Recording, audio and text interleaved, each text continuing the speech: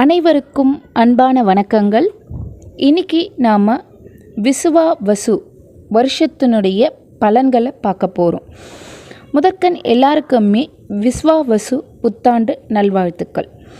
விசுவாவசு வருஷம் வெள்ளாண்மை ஏறும், பசு ஆடு மழை பளிக்கும், சிசு நாசம் மற்றையரோ வாழ்வார்கள், மாதவங்கண் மீறுமே ஊற்றுலகினில் மழையுண்டு என்று இடைக்காட சித்தர் வெண்பா பாடலில் பாடியிருக்காரு. அதாவது இந்த வருஷம் நல்ல மழை இருக்கும், மழையும் அதிகமாக இருக்கும், வெயிலும் அதிகமாக இருக்கும். சின்ன குழந்தைகளுக்கு ஆபத்துகள் ஏற்படலாம். அதனால் குழந்தைங்க விஷயத்தில் ரொம்ப கேர் பண்ணி நடந்துக்கோங்க. அதாவது குழந்தைங்க ஏதோ ஒரு வயிறு வலி, தலைவலி, ஃபுட் பாய்சன் ஆகுது அப்படின்னு சொன்னாக்கா அதை அலட்சியம் பண்ணாமல் உடனே கேர் பண்ணுங்கள். முக்கியமாக ஸ்கூல் டீச்சர்ஸாக இருக்கவங்க, ஸ்கூலில் ஒர்க் பண்ணுறவங்கெல்லாம் குழந்தைங்க ஏதாவது உங்ககிட்ட கம்ப்ளைண்ட்ஸ் வந்து சொன்னாங்க அப்படின்னா உடனே பேரண்ட்ஸுக்கு ஃபோன் பண்ணி சொல்லிடுறது ரொம்ப நல்லது. அதே மாதிரி ஆடு மாடு இது எல்லாத்துக்குமே நல்ல ஒரு அமோகமான வாழ்வாதாரம் இருக்கும், நல்ல ஒரு அதிகப்படியான ஆடு மாடுகள் இருக்கும் அப்படின்னு சொல்லலாம். ஸோ இது வருட வெண்பா பாடல்ன்றது பல நூற்றாண்டு காலமாக பண்டை காலம் முதலே வந்துட்டுருக்கு. ஸோ இந்த வருஷத்தினுடைய வெண்பா பாடலின்படி நமக்கு ஆதாயம் 65, விரயம் 59, லாபம் 6. உணவு உற்பத்திக்கு குறைவே இருக்காது. அணு ஆயுதம் அதிகமாக இருக்கும். புது புது டெக்னாலஜிஸ் டெவலப் ஆகும். ஸோ ஏற்றுமதி இறக்குமதியில் பிரச்சனைன்றது வரவே வராது. எரிவாயு உற்பத்தியுடைய விலைவாசிகள் அதிகமாகலாம். மருத்துவத்தில் ஒரு பெரிய புரட்சியே வரும். இதுவரைக்கும் வராத நோய்கள் வரவும் செய்யலாம். அதுக்கு உடனடியாக மருந்துகளும் கண்டுபிடிக்கப்படலாம். இதுவரைக்கும் மருந்தே கண்டுபிடிக்க முடியல, தீர்வே இல்லாத நோய்களுக்கு கூட மருத்துவத்துறையில் ஒரு பெரிய மாற்றம், ஒரு பெரிய புரட்சின்ற மாதிரி கண்டுபிடிக்கப்படலாம். புது புது வகையான வாகனங்கள் வரும். குற்றம் குறைகள் எல்லாம் அதிகரிக்கும். அதனால் ஆன்மீகத்தில் மக்களுடைய கவனம் செலுத்தப்படும். அதுவும் இல்லாமல் இந்த வருடம்ன்றது ஸ்ரீ ஹனுமாருக்கு உரிய வருடம்னு சொல்லலாம். ஹியர் ஆஃப் ஹனுமான், ஒரு தைரியத்தின் வருடம் அப்படின்னு சொல்லலாம். ஏன் அப்படி தைரியத்தின் வருடம்னு சொன்னாக்க 2025 இதனுடைய கூட்டு எண் 9. 9ன்றது மார்ஸ், அதாவது செவ்வாயினுடைய ஆதிக்கம். செவ்வாயின்றது படை தளபதின்னு சொல்லக்கூடியது. அப்படிப்பட்ட தைரியமிக்க ஆண்டு. இந்த 39 அப்படிங்கிறது குரு 12ன்னு வரும் டோட்டலு. இதனுடைய தன்மை குருன்னு சொல்லலாம். இந்த குருவுக்குரிய சாராம்சம் எப்படின்னா, ஒரு மத குரு மாதிரி, ஒரு எதுலேயுமே ஒரு உச்சஸ்தானத்தில் குரு உச்சமாக இருக்குன்னா அவனுடைய ஜாதகத்தில் எல்லாமே ப்ளஸ்ஸு அப்படின்னு சொல்லலாம். ஜாதகத்தில் குரு நல்லா இருக்கணும் அப்படின்னு சொல்லுவாங்க. ஸோ இந்த விஸ்வாவசு வருஷத்தினுடைய தமிழ் அர்த்தம்னாக்க உலக நிறைவு.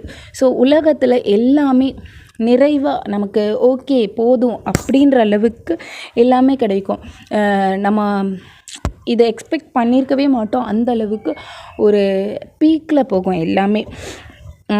ஓவராக வெயில் இருக்கும், ஓவராக புயல் இருக்கும், மழையும் அதிகமாக இருக்கும்.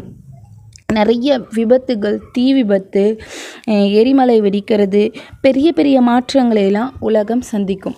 அந்த விபத்துனால ஆபத்துகள் ஏற்படலாம். அதனால் விபத்துனால ஆபத்து ஏற்படும்ன்றப்ப நம்ம ரொம்ப கேர்ஃபுல்லாக இருக்கணும். நம்மளுடைய ட்ராவலிங் டைம் ஆகட்டும், நிதானம், எதுலேயுமே நிதானம் பிரதானம்னு சொல்கிற மாதிரி நிதானம் ரொம்ப ரொம்ப முக்கியம். 2 கிரகங்கள் உச்சமாக இருக்கும்போது இந்த வருடம் பிறக்குது. அதுலேயே சுக்கிரன் உச்சமாக இருக்குது. அப்போது கலைத்துறையில் பெண்களுக்கு பெரிய பேரு புகழ் இதெல்லாம் கிடைக்கும். அதே நேரம் ஏமாற்றங்களும் நிறைய கிடைக்கும். புதனும் ராகுவும் இணைஞ்சிருக்கும் போது இந்த விஸ்வாவசு வருடம், அதாவது காலபுருஷனுக்கு 12ஆம் இடத்துல இணைஞ்சிருக்கு. அப்படிங்கிறப்போ சிலருக்கு மூச்சு சார்ந்த பிரச்சனைகள், தூக்கமின்மை பிரச்சனைகள், ஸ்கின் அலர்ஜி, ஸ்கின் டேக்ஸு இதெல்லாம் வரக்கூடிய வாய்ப்புகள் இருக்குது. ஸோ அடுத்தது பார்த்தாக்கா வெப்பம் அதிகமாக இருக்கும், மலை சரிவுகள் அதிகமாக இருக்கும், கடல் சீற்றம் அதிகமாக இருக்கும். அப்போ வந்து எல்லாருக்கும் வந்து என்னடா இது வாழ்க்கை அப்படின்றப்போ ஜோதிடம், ஜாதகம் இது மேலே எல்லாம் நம்பிக்கை அதிகமாகும்.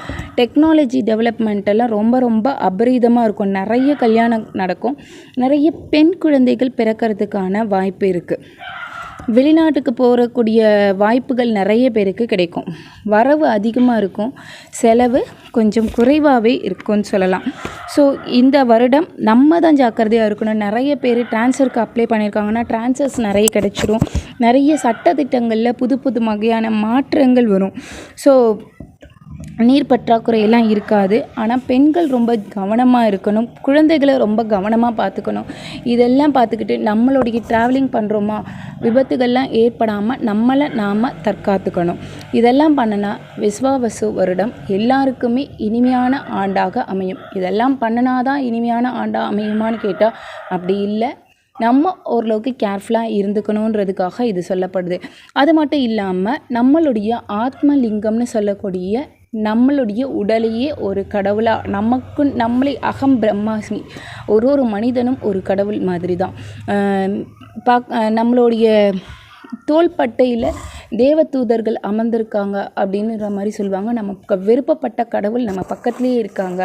நம்மளை வந்து இறைவன் நம்மளை பார்த்துக்கிட்டே இருக்கார். நம்ம கூடவே தான் நம்மை பாதுகாக்கும் கடவுள் இருக்கார்.